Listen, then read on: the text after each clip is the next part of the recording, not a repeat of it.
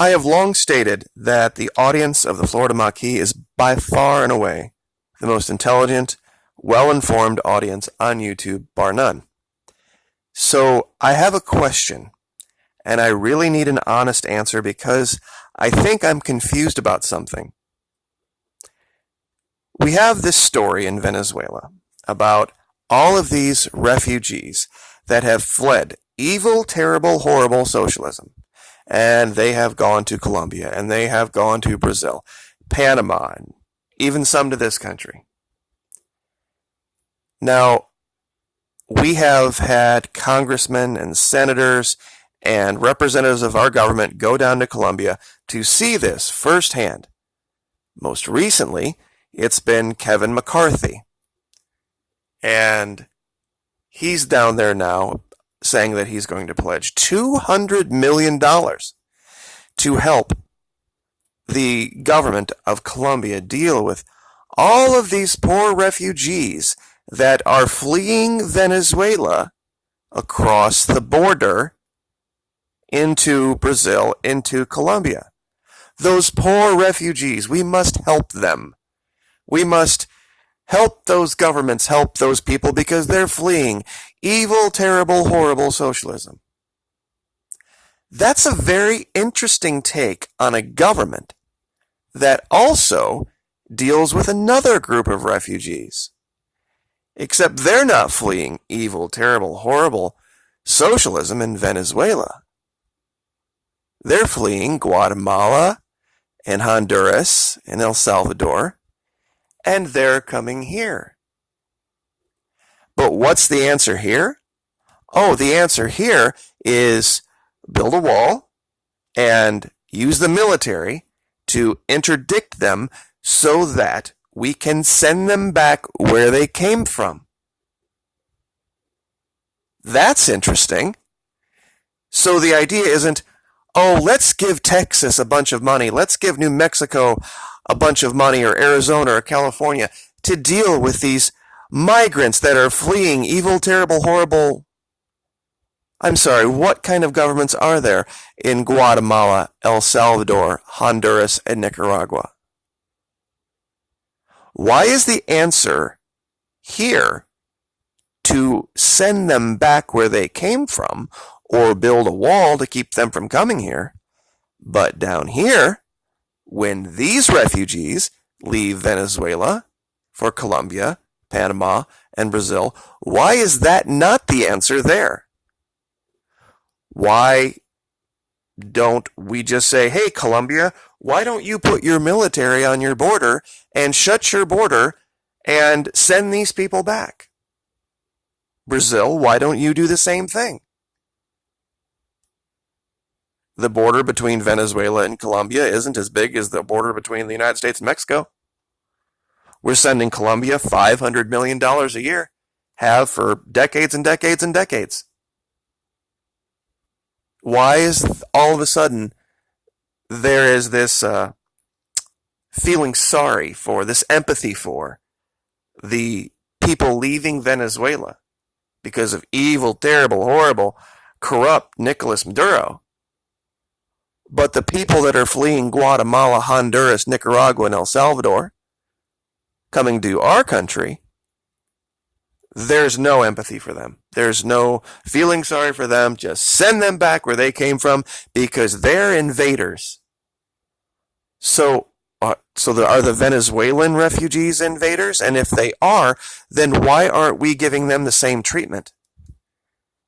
You see, because that's the story that we heard from Abrams, from Pompeo, from Bolton, now from McCarthy, that Colombia and Brazil needs to welcome these Venezuelans into their arms and show them the light of wonderful capitalism and how it's great, and gosh, it's so just amazing they suffered through socialism for so long. But a complete different story at our border. This is a part of the story where a lot of people would look at me and go, I can't believe you said that, Maquis. Believe it or not, I'm all for this. The only way that I would not be for the militia handling this issue in New Mexico is if the people of New Mexico, the governor of New Mexico, would stand up and say, if these militias are not from their state, sorry, our militia can handle this, or our militia is choosing to not handle this, and we, the people of New Mexico, would not like you here. We would need you to go. Then they should go. But otherwise, absolutely, this is how you handle this. That's why I'm not for the wall. You use people to fix this problem. A wall is just a challenge. A wall is just an obstacle to be overcome. These militias, if these people thought that they were going to encounter U.S. militia everywhere they crossed the border, they wouldn't come. They would not come. Because it's just not, it won't work for them. I mean, unless they were truly at the point of, and these were truly just people that had no other choice. It's either I stay where I'm at and die, or I go to America. When those people come, then yeah, they probably would. But the drug dealers, the drug traffickers, the human traffickers, they're not going to want to deal with militia. That's why there's all this problem with it. That's why the government ain't liking it, because it's working. This is why I've said states' rights works, and that's why D.C.'s going to have a problem with it. And true authoritarians will have a problem with it. Because they don't want to see people like you and me stand up and get the job done.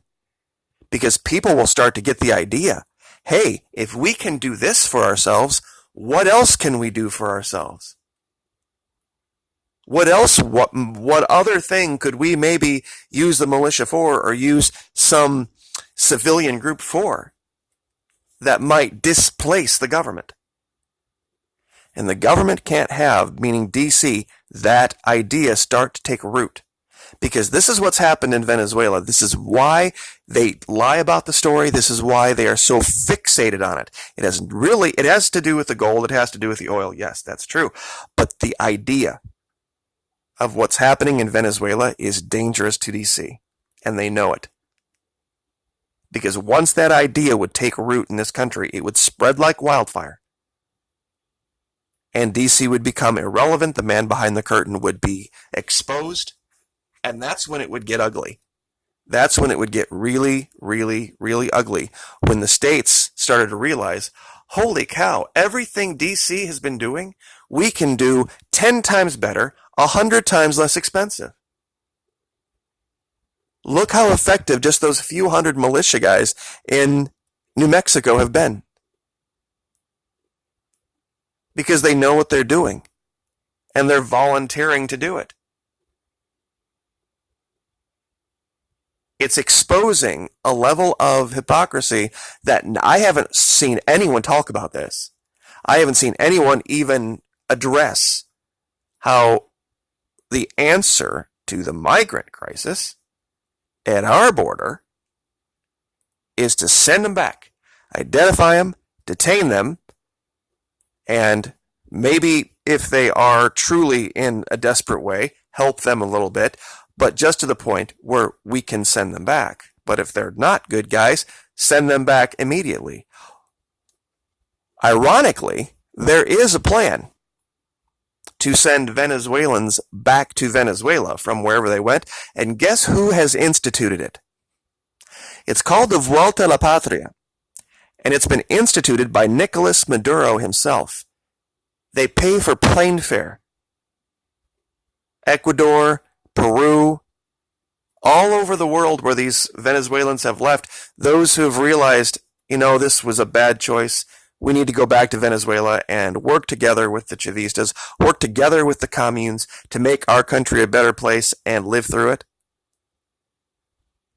Those people get free airfare back on the government. VUELTA-ALAPATRIA. Vuelta a la Patria is the plan. And it's all over Telesur. DC won't speak a peep about it. in any of their reporting about the people that have returned, who fled initially, but then when they went to other countries, saw how unbelievably cold-hearted and disgusting other countries were, seeing them as second-class and third-class citizens. They went back, and they're making it work. I don't think anyone can answer the question why DC wouldn't just tell Colombia, hey, why don't you build a wall? Why don't you put your military on the border, and why don't you send the people back? You don't hear that out of DC, do you? DC's just all too fired up willing to take your tax dollars and send that money to known drug dealers, and known drug dealers doesn't even describe it when it comes to Colombia. They are the premier exporter of illegal drugs and have been for almost 3/4 of a century, outstripping any other country by far my entire adult life. And we are down there treating these people like they are just angels and pure as the wind-driven snow and suffering so terribly. Do you know how many millions and millions of Colombians fled into Venezuela because of their ongoing running drug war?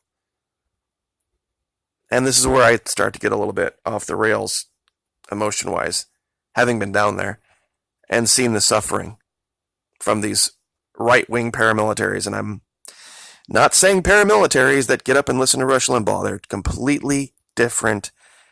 Right-wing, left-wing down there is a completely different thing than it is here. There's a little bit in common, but operationally on the ground, we've covered this before. The hypocrisy is amazing, but when you finally see it, the states' rights thing will come into crystal clear focus. This is what it's really about. A country standing up for its sovereignty and using the strength of its people to do it. And yeah, if your definition of success is never-ending wealth from fiat currency, you're right, socialism fails. Always. If your definition of success is $22 trillion in debt and having the entire globe, other than maybe a handful of countries, hate you, then yeah, you're right. Socialism fails. But if you have a different definition of success, and it has a whole hell of a lot more to do with what comes between Genesis and Revelation, then maybe you might have a different definition of what success and failure are. And that's kind of where I'm coming from on this. Because you really can't rectify, you can't fix the hypocrisy between the statements coming out of DC regarding our border and the fix, and how they treat the Venezuelan border with Colombia and Brazil. There's no making those two things jive. So we will leave it there. Like, share, subscribe.